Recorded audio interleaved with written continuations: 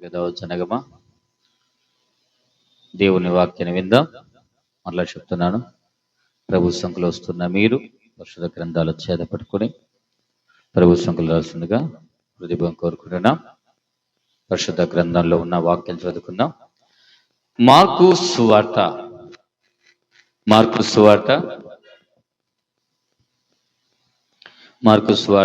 7వ అధ్యాయము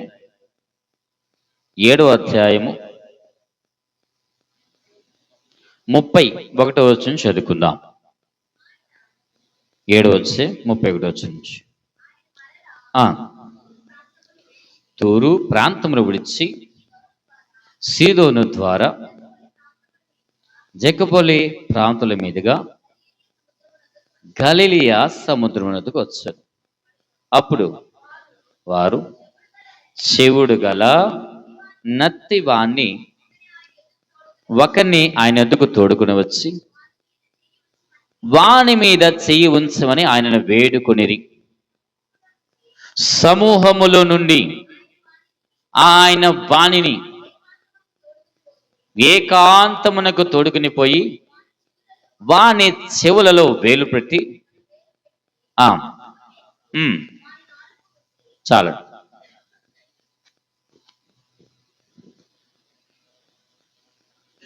యేసు ప్రభువారు తూరు ప్రాంతం విడిచాడు. అదేవిధంగా సీదోను డెకబలి ప్రాంతాల మీదుగా గలిలియా సముద్రానికి వచ్చాడు. ఆయన ఒక్కడే కాదు, ఆయనతో పాటు చాలా సమూహాలు ఉంటాయి. శిష్యులు అదేవిధంగా అనేక మంది జన సమూహములు ఖచ్చితంగా ఆయన వెంట వస్తూ ఉంటారు. ఎందుకంటే యేసు ప్రభు స్వస్థపరచు దేవుడు. ఆయన్ని తాకిన వెంటనే, ఆయన చెయ్యి వేసిన వెంటనే, ఆయన మాట పలికిన వెంటనే అనేకమైన అద్భుతాలు జరుగుతున్నాయి, అనేకమైన కార్యాలు జరుగుతున్నాయి అని విశ్వసించి చాలా మంది ప్రజలు యేసు ప్రభుని వెంబడించడం అరుదు, సహజం. కానీ సముద్రపు నొట్టుకు ఎప్పుడైతే వస్తారో దేవునికి దౌర్జనగమా, ఒక గుంపు ప్రజలు ఒకరిని తీసుకుని వస్తాడు. ఒక గుంపు ప్రజలు ఒకరిని తీసుకుని వస్తారు. ఆయనకి ఏమి బాగలేదంట, చెవుడు మరియు నత్తి.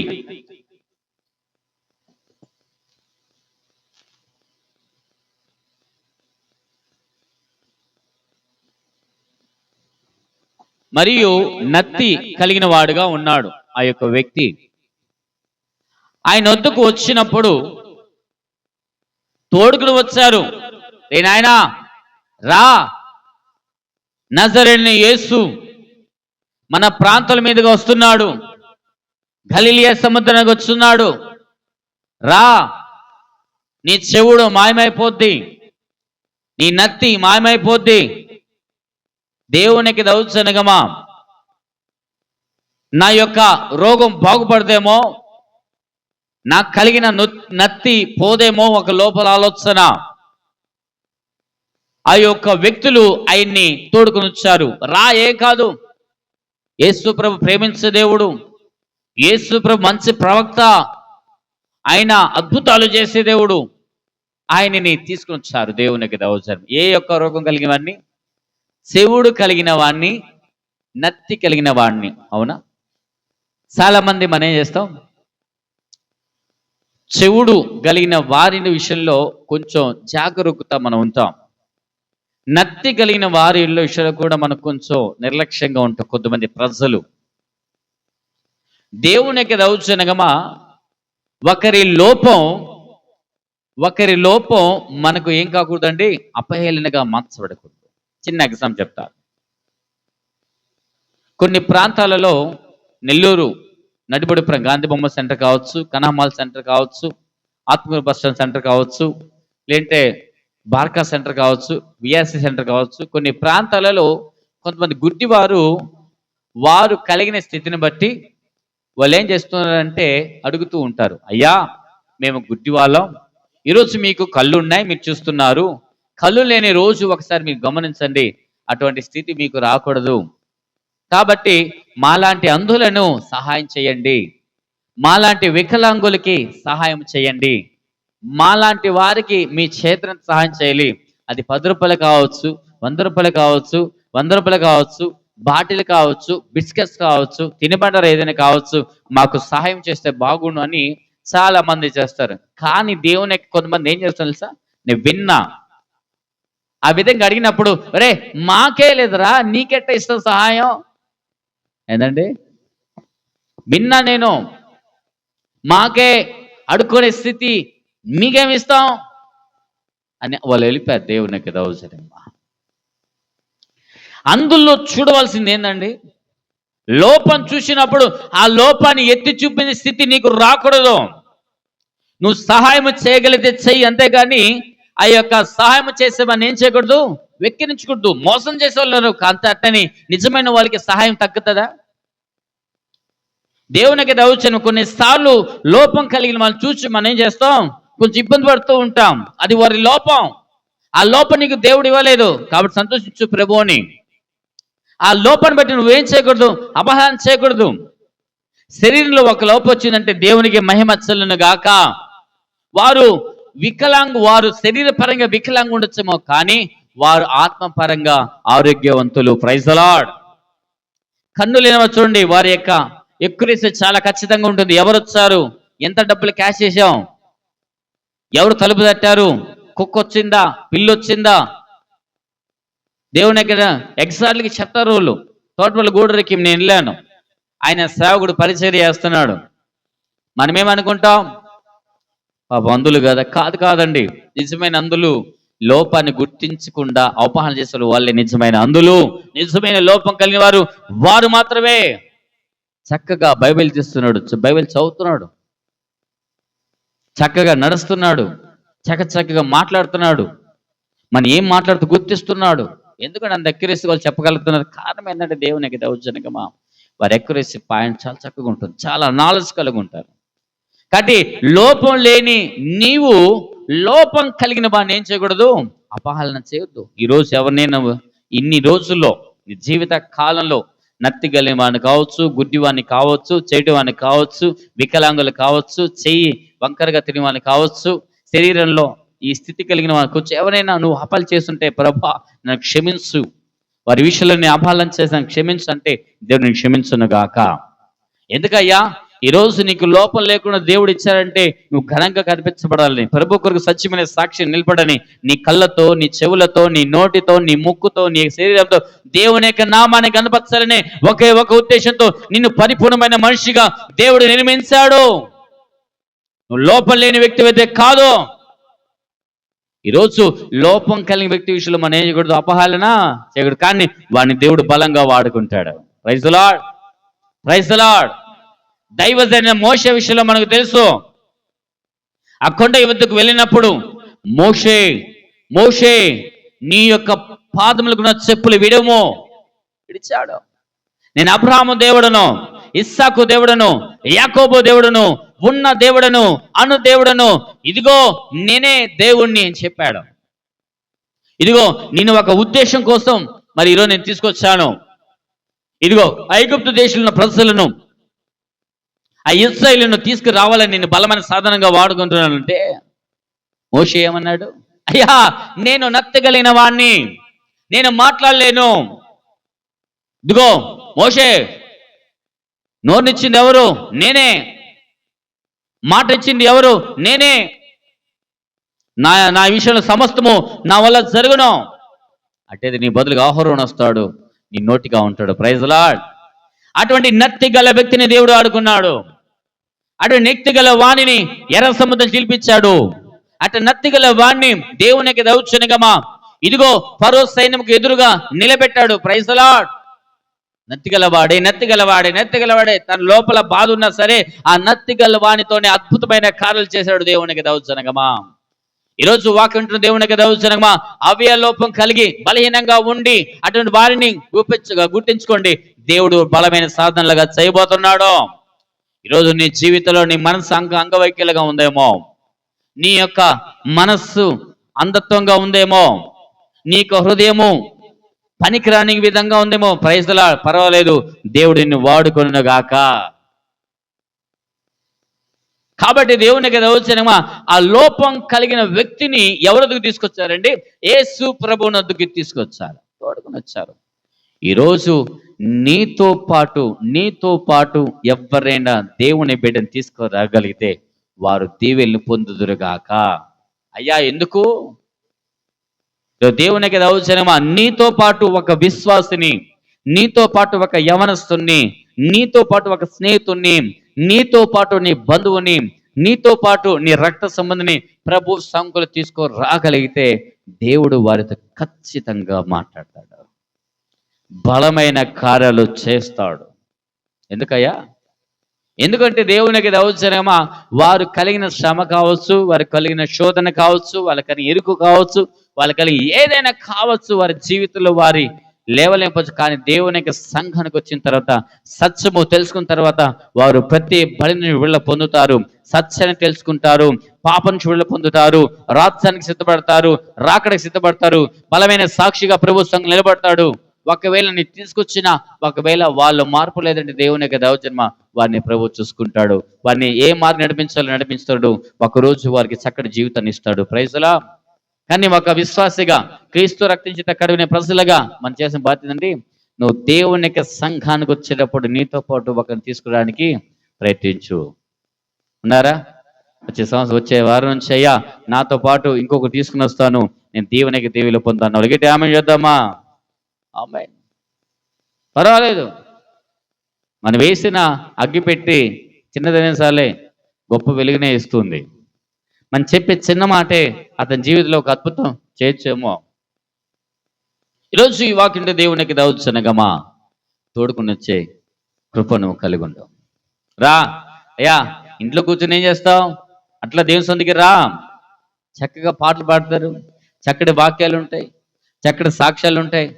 మోకలేసి ప్రార్థించు, దేవుడు కనికరిస్తాడు, నీ జీవితంలో ఒక మార్పు చేస్తాడు. చెప్పు, నువ్వు కలిగిన మాట చెప్పు. దేవుని యొక్క దౌర్జన్మ తదుపరి ఆయన చేసే కాలు చేసుకుంటాడు.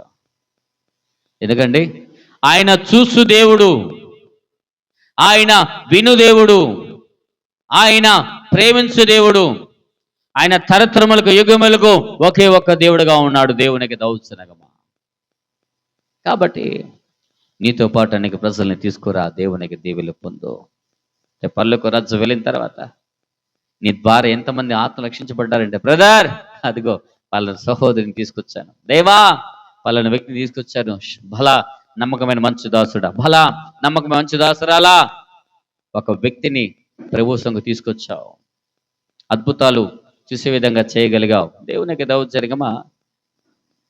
పౌలును పరిచయం చేసింది ఎవరండి? బర్నబా. ఎవరండి? చదువుతామా?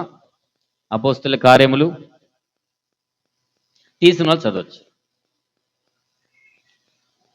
సెలములో పెట్టుకోండి ఫోన్స్. అపోస్తుల కార్యములు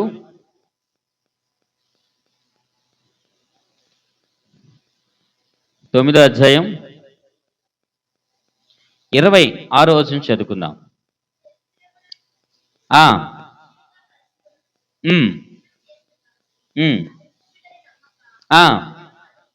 అయ్యా, ఈ యొక్క పౌలు, సౌలుగా ఉన్న పౌలు శిష్యుల్ని బెదిరించాడు, నమ్మలేదు ఎవరు కూడా.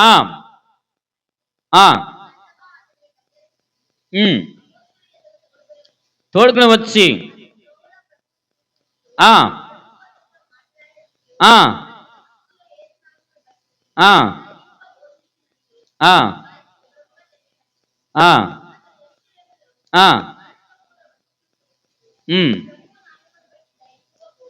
ప్రభు నామం బట్టి ధైర్యముగా బోధించుచు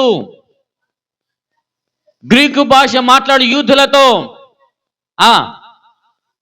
దేవునికి దౌర్జన్యమా పౌలు, ఆ యొక్క సౌలు అనే పౌలును పరిచయం చేసింది ఎవరండి?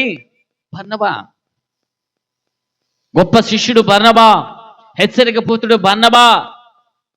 అందరూ ఏమనుకుంటే పౌలును గుర్చి, సౌలును గుర్చి, ఇదిగో ఇతను క్రైస్తవుని హింసించేవాడు, ఇతరు క్రైస్తవుల్ని చెరసల్లో వేశాడు, మారు వేషంతో వచ్చాడేమో, ఎవరికి తెలుసు? అతని దగ్గరికి తీసుకురాకండి, ప్లానింగ్తో వచ్చాడేమో, మనం చంపడానికి వచ్చాడేమో, మనం పట్టించడానికి వచ్చాడేమో, ఎన్నో మాటలు ఎన్నో క్రియలు అంటే బర్నబా దగ్గరికి వచ్చి, ఆపండి మీరు శిష్యులారా, దేవునికి సేవకులారా, మీరు చెప్పింది నిజమే. గడిచిన కాలంలో ఆ యొక్క సౌలు ఆ విధంగా చేయబడ్డ నిజమే, కానీ దేవుడు ప్రత్యక్షమడి ఎవరికి? మాట్లాడాడు, విన్నాడు, అతని దృష్టి గర్వమో రాల్చబడింది. ప్రభు కొరకు సజీవమైన సాక్షి నిలబడుతుంది చెప్పగానే దేవుని కదా వచ్చిన మా సంఘానికి సేవకులు పఠనం చేసింది పదమే. మీ గమనించింది ఇంకా సందర్భం గుర్తు. యోహాను సువార్త మొదటి అధ్యాయం 43 నుంచి చదువుకుందాం.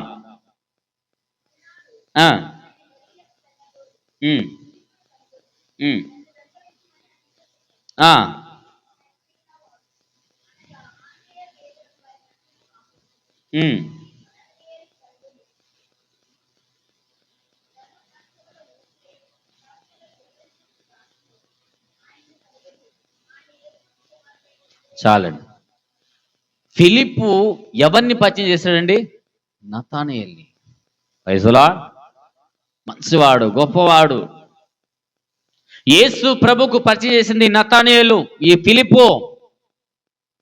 దేవునికి దౌర్జన్యంగా నీవు ప్రభు సంఘంలో ఒక వ్యక్తిని తీసుకురాగలిగితే, ఒక వ్యక్తికి సువార్త చెప్పగలిగితే, ఒక వ్యక్తికి మంచి మాట చెప్పగలిగితే, ఒకవేళ ఈరోజు నీ మాట వినకపోవచ్చేమో, ఈరోజు నిన్ను తిరస్కరించేమో, కానీ ఒక సందర్భం దేవుడిస్తాడు.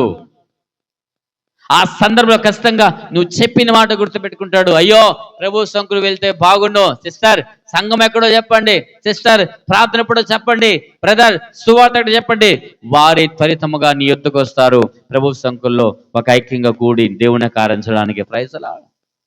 నీ ప్రయత్నము లేకుండా దేవునికి దౌర్జన్యమా సంఘంలో ఒకటి జరగండి కష్టం. నీ ప్రయత్నం లేకుండా ఒక వ్యక్తి నీవే కాకుండా నీతో పాటు ఆశలు పొందే వ్యక్తిని తీసుకురాకపోవడం అసాధ్యం.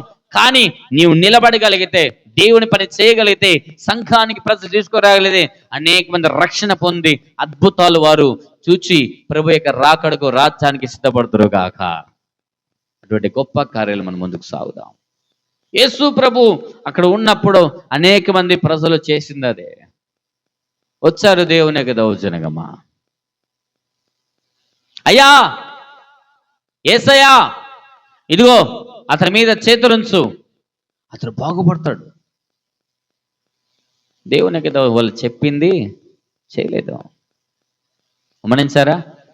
ఆయన చెప్పింది చేయలేదు. దేవునికి దౌర్జన్యమా వేడుకున్నారు, అయ్యా అయ్యా అయ్యా అయ్యా నత్తివాడయ్యా, అయ్యా చెడువాడయ్యా, మేము తోడుకొచ్చామయ్యా, నువ్వు స్వస్థపరిచే దేవుడు కదయ్యా, అనేక మంది జీవితాలు ఘనమైనగా చేసిన దేవుడు అయ్యా, నీ చేతిలో ఒక గొప్ప అద్భుతం ఉంది, తాకయ్యా ముట్టయ్యా అంటే దేవునికి దౌర్జన్యమా ఏం పలకలేదు. సరే నువ్వు ఇట్రా అని ఆ గుంపులో నుండి ఏకాంతంగా తీసుకెళ్ళాడు. Praise the Lord. ఎక్కడి నుంచి చూడండి, గుంపులో నుంచి నిన్ను ప్రత్యేకంగా తీసుకువెళ్ళాడు. ఎవరిని? ఆ వ్యక్తిని. దేవునికి దౌర్జన్యం. కొన్నిసార్లు మన జీవితాల్లో అద్భుతాలు జరగాలంటే ఒంటరిగా ఉండాల్సిందే. ఆమేన్. ఒకవేళ ఉద్దేశం వేరేమో కానీ దేవుని కొన్ని సేవకుల యొక్క సాక్షులు ఉన్నప్పుడు, కొంతమంది విశ్వాసుల యొక్క జీవిత సాక్షులు ఉన్నప్పుడు, గుంపులో ఉన్న వారిని ప్రత్యేకంగా పిలిచి ఘనమైన కార్యాలు చేస్తున్నట్టుగా ఎన్నో సాక్ష్యాలు ఉన్నాయి. ఈరోజు నీ కుటుంబంలో గుంపులో ఉన్నావేమో, ఈ సమాజంలో గుంపులో నువ్వు కలుస్తున్నావేమో, లేంటే నువ్వు చేసే ఉద్యోగంలో, నువ్వు చేసే వ్యాపారంలో, నువ్వు చేసే సమస్య విషయంలో గుంపులో కలిసిపోయావేమో, కానీ ప్రభు నేను ప్రత్యేకంగా పిలుస్తున్నాడు. ఎందుకు తెలుసా? ఒక అద్భుతం చేయడానికి. ప్రభు నిన్ను గుంపులను పిలుస్తున్నాడు. ఎందుకు తెలుసా? ఒక ఆత్మీయమైన కార్యాన్ని చేయడానికి, నీ ద్వారా ఘనమైన కార్యాలు చేయడానికి దేవునికి దౌర్జన్యమా. కుటుంబంలో నిన్ను మాత్రం రక్షించే కారణమే తెలుసా? నీ ద్వారా నీ కుటుంబ రక్షణ పొందాలి. సమాజంలో కొంతమంది మాత్రం దేవుడు ఎంచుకున్నాడు, వారి ద్వారా ఎందుకు కార్యాలు జరుగుతుంటే వాళ్ళ ద్వారా అద్భుతమైన కార్యాలు దేవుడు జరిగిస్తాడని దేవునికి దౌర్జన్యమా. నీవంటూ ఒక ప్రత్యేకమైన విధానం. అందుకనే మన కుటుంబాలలో కొంతమంది మాత్రం రక్షణ పొంది ఉంటారు. ఆల్మోస్ట్ చాలా మంది ఏం చేస్తుంటారండి, ప్రభువుకి వ్యతిరేకంగా జీవిస్తున్న ప్రజలే. వారి గురించి ప్రార్థించాల్సిన బాధ్యత మనం ఉంది. వారి గురించి కన్నీటి పెట్టవలసిన బాధ్యత మనకుంది. వారి కోసం దివారాత్రులు మనం మొరపెట్టే బాధ్యత మన మీద ఉంది సంఘముగా. ఈరోజు గమనించండి, దేవునికి దౌర్జన్యంగా ఒకవేళ వారు వినకపోతే ఎటువంటి ప్రమాదాలు ఉంటే మనం చూస్తాం. ఈరోజు కాలిఫోర్నియా, అమెరికా మనకు తెలుసు, లాస్ ఏంజల్స్ మనకు తెలుసు, హాలీవుడ్ మన వీడియోలో చూస్తాం. హాలీవుడ్ పెద్ద పెద్ద అక్షరాలతో ఆ యొక్క కొండల మీద రాయబడి ఉంటుంది, హాలీవుడ్ హాలీవుడ్. ఈరోజు ప్రపంచ వ్యాప్తుల్లో the biggest cinemas, the biggest heroes, the biggest heroines, the biggest amount, biggest distribution అయితే దేవునికి దౌర్జన్యమా హాలీవుడ్ సినిమాలే. వరల్డ్ వైడ్ గా ఎక్కడేసేగా సూపర్ గా ఉండేది అవే. ఆ హాలీవుడ్ లో ప్రవేశం పొందడానికి చాలా మంది ఇష్టపడుతూ ఉంటారు. అదేవిధంగా ఆ అమెరికాలో ఒక అనేకమైన గొప్ప నగరాలలో లాస్ ఏంజల్స్ ఒక 4వ స్థానం చెప్పుకోవచ్చు. ఒక్కొక్కటి ఎంత కోట్లు పెట్టి కొన్న ఈ buildings. Luxury life, luxury sittings, luxury lunch, luxury food, luxury dresses, luxury సమస్తం లగ్జరీగా అఫీషియల్గా ఉంటుంది దేవునికి దౌర్జన్యమా. రోడ్లు కావచ్చు, బంగాళ భవనాలు కావచ్చు, అయితే సమస్తము ఒక చక్కగా ఉంటుంది, ఒక అందమైన ఒక నగరముగా. కానీ జనవరిలో ఒక కార్యము జరిగింది. వాళ్ళందరూ ప్రెస్ మీట్ పెట్టుకున్నారు, మరి వార్షికోత్సవం సంథింగ్ ఒక ప్రోగ్రాం జరిగింది. అక్కడ ఒక లేడీ లేచి, ఇదిగో దేవుడు జీరో. ఏంటండి, దేవుడు జీరో. దేవుడు అవసరం మనకు లేదు, మనకు మనమే గొప్పలం. ఇదే సందర్భం ఎక్కడిదని తెలుసా?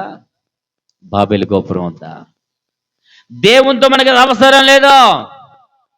మన పేరు ప్రఖ్యాతులు ప్రపంచానికి సాధించుకుందాం, గొప్పవారు అవుదాం.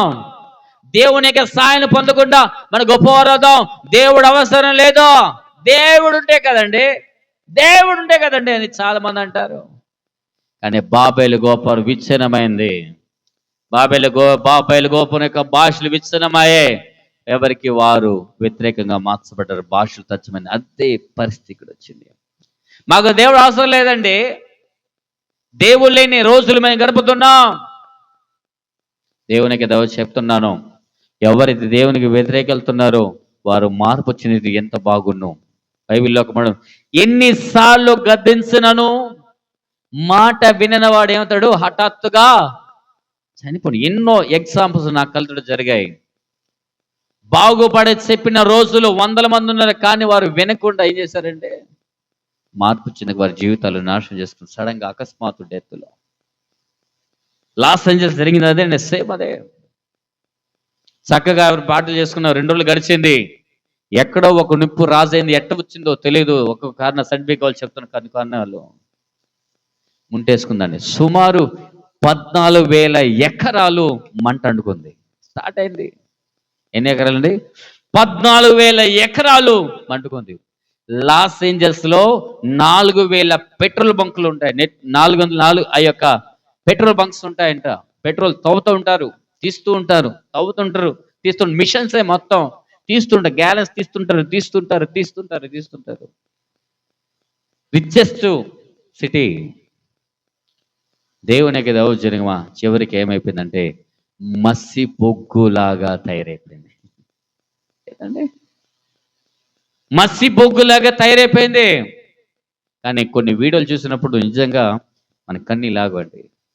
నా కళ్ళ ముందే ఇదిగో చచ్చిపోతున్నాడు. నా కళ్ళ ముందే నా యొక్క కట్టుకున్న ఇల్లు, నా చేతులు నిర్మించుకున్న ఇల్లు గాలి బూడిదైపోతుంది. ఎంతో లగ్జరీ లైఫ్ కోల్పోతుంది. ఏడ్చిన వీడియోస్ నేను చూశాను దేవునికి దౌర్జన్యమా. కానీ వాళ్ళలో ఒక అద్భుతం ఏంటంటే, మనకు వచ్చిన వీడియోస్ ఒక్క కుటుంబం మాత్రం రక్షణ పొందింది. చూపిస్తున్నాడు, ఇదిగో చూడండి, కుడివైపు చూడండి, ఎడమవైపు చూడండి, రౌండ్ చూడండి, చుట్టుపక్కల ఎక్కడ చూసినా ఏముందండి? మసే. కానీ నా కారుకి ఏమి కాలేదు, నా బిల్డింగ్ ఏం కాలేదు, ఒక్క మచ్చ కూడా పడలేదు. Praise lord. కన్నీళ్ళతో చెప్తున్నాడు. నా వాళ్ళు ఊర్లు వదిలి వెళ్ళిపోయారు. నా పక్కింటోళ్ళు ఊర్లు వదిలి వెళ్ళిపోయారు. ఎంతమంది చనిపోయారో మాకు తెలీదు, కానీ నేను కాపాడబడ్డాను. కీర్తన గ్రంథాలు చెప్పినట్టుగా ఇదిగో కుడి పక్కను ఎడం పక్కను అపాయం జరిగినను కీడు జరిగినను అపాయం నీ ఎదుకు రాదు. Praise the Lord. ఈరోజు దేవునికి దౌర్జన్యంగా దేవుని మాట ఎప్పుడు వృధా కాదు. ఆయన చెప్పిన మాటను నెరవేర్చే దేవుడుగా ఉన్నాడు.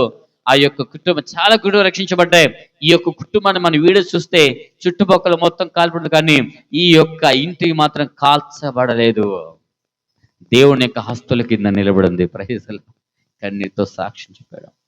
ఇలా దేవునికి దౌర్జన్యం లాస్ ఏంజల్స్ ఈరోజు మసిబొగ్గులాగా తయారైపోయింది. కానీ తెలుసా, వారు ఎవరిని వద్దనుకున్నారు? దేవుడు అవసరం లేదనుకున్నారు. దేవునికి దౌర్జన్యం, దేవుడు లేడు అని నువ్వంటే దేవునికి దౌర్జన్యంగా మచ్చటి జీవితంలో ఒక కార్యం జరుగుతుంది. ఎంతో మంది జీవితం దేవునికి వ్యతిరేకమైన వాళ్ళు, మార్పు చెందిన వాళ్ళతో మార్చే మంచిదే, కానీ మార్పు చెందిన వారి జీవితాలు విషాదగాథల్లోకి వెళ్ళిపోతున్నాయి. ఇవన్నీ చెప్పడానికి కారణం ఏంటంటే, దేవుని నేను ప్రత్యేకంగా పిలవడానికి కారణం ఏంటంటే, నేను ఒక గొప్ప అద్భుతంగా చేయడానికి, అద్భుతమైన వ్యక్తిగా చేయడానికి, అద్భుతాలుగా చేయడానికి. నీ కుటుంబంలో కావచ్చు, నీ సమాజంలో కావచ్చు, నీ సంఘంలో కావచ్చు, నేను ప్రత్యేకంగా పిలవడానికి కారణం ఏంటి? ఒక శ్రేష్టమైన అద్భుతం చేయడానికి. ఆ వ్యక్తిని పిలిచి నాలుగు తాకి చెవులు వేలు పెట్టి మూసి యెఫతా, ఏమనండి? యెఫతా తెరవబడు. దేవునికి దౌర్జన్యం వెంటనే తెరబడి. ప్రైజ్ లా. నత్తెట్టుపోయిందో, చెవిటి ఎట్టిపోయిందో వినిపిస్తుందా? వినిపిస్తుంది. మాట్లాడు. నా దేవునికి మహిమ కలుగునుగాక. అబే రే రే వాడికి నత్తిపోయిందిరా. రే వాడు మాట్లాడుతున్నారా చక్కగా, వాడి మనం చెప్పేది ప్రతి వింటున్నారా? నా దేవుడు అద్భుతం చేశాడు, యేసయ్య అద్భుతం చేశాడు, యేసయ్య అద్భుతం చేశాడని దేవుని కదా ఊరి వాళ్ళంతా ఏంటంటే ఆశ్చర్యపడిపోయారు. హల్లెలూయా. ఏం చేశారండి? ఆశ్చర్యపడిపోయారు. లాస్ట్ మాట చదువుకుందాం. అది ఈయన సమస్తం బాగుగా చేసి ఉన్నాడు. చెవిటి వారు విన్నట్లుగా, మూగవారు మాట్లాడినట్లుగా. ఎంతండి? అపరిమితముగా. సూపర్ అండి. ఎప్పుడు చూడలేని అద్భుతం. మూగవారు మాట్లాడుతున్నారు. ఇక్కడ చెవిటి నత్తి మాత్రం అనుకుని అక్కడికి వచ్చిన వాళ్ళు కూడా చాలా మంది స్వస్థత పడ్డారు. దేవునికి దౌర్జన్యమా. ఈ రోజు ఈ వాక్యం దేవునికి దౌర్జన్యమా.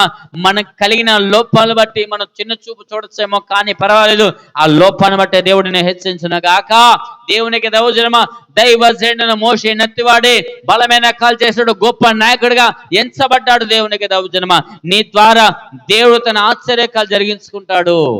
కానీ ఒక రావాలి, ఆయన ఎత్తుకు వచ్చినప్పుడే, ఆయనను ప్రత్యేకంగా పిలిచినప్పుడే, ఆయన మాటకు నువ్వు లోబడినప్పుడే దేవునికి దౌర్జన్యమా ఘనమైన కార్యాలు దేవుడు చేయగలడు, చేసే దేవుడు. ఈరోజు లాస్ ఏంజల్స్ పరిస్థితి మనకు రాకుండాలంటే ఏం చేయాలండి? ప్రభు సొంకి వద్దాం. ఆ యొక్క చెవిటివాడు నత్తివాడు బాగుపడండి ఏం చేయాలండి? బాగుపడాలని ఏం చేయాలి? దేవుని సన్నిధికి వద్దాం. నువ్వు ఎవరితో పెట్టుకోకూడదండి? నీ యొక్క సాటి ప్రజలో పెట్టుకోకు. చర్చికి వస్తే ఏమనుకుంటారేమో, పరిశుద్ధ గ్రంథాన్ని పట్టుకుంటే ఏమనుకుంటారేమో, సువార్త చెప్తే ఏమనుకుంటారేమో, బాప్టిస్ట్ తీసుకుంటే ఏమనుకుంటారేమో, సంఘానికి వస్తే ఏమనుకుంటారేమో, పాట పాడితే ఏమనుకుంటారేమో, సాక్ష్యం చెప్తే ఏమనుకుంటారేమో, కన్నీరు గారిస్తే ఏమనుకుంటారేమో, మోకాలు ఇస్తే ఏమనుకుంటారేమో. ఏమనుకుంటారు? ఏమనుకోరు. దేవునికి దౌర్జన్యమా. అనుకునే వారి మధ్యలో ప్రభువుని లేవనెత్తునుగాక. ఆమేన్. ఆయన ఆ విధంగా అనుకోబడితే ఆయన కలవసిల్లో ప్రాణత్యాగము చేసి పెట్టిండేవాడు కాదు. నీకును నాకును జీవితం ఇవ్వడానికి ఆయన ఎవరు ఏమనుకున్నా పర్వాలేదు. నా తండ్రికి నీ మనిషికి మధ్య మధ్యవర్తి అవసరం లేదు. నా ప్రజలు, నా పిల్లలు పరలోక రాజ్యం చేర్చబడితే చాలు, నా తండ్రి స్థానంలో ఉంటే చాలు. ఆయన కలవసిల్లో ప్రాణత్యాగము చేశాడు. ఆయన ఏమనుకోలేదండి. ఆయన రాజు నేనేమవుతాను అనుకోలేదు. ఆయన మన కోసం ఆయన నిరుపేదగా పుట్టించబడ్డాడు. ఆయన సర్వ ప్రజలకి రక్షగా మార్చబడ్డాడు. ఈరోజు ఈ వాక్యుని దేవునికి రావచ్చునగా మా ప్రభు సంకు వద్దాం, ఘనమైన కార్యాలను పెడతాం. కళ్ళు మూసుకుందాం, చిన్న ప్రార్థన ప్రభు సంకులు చేసుకుందాం.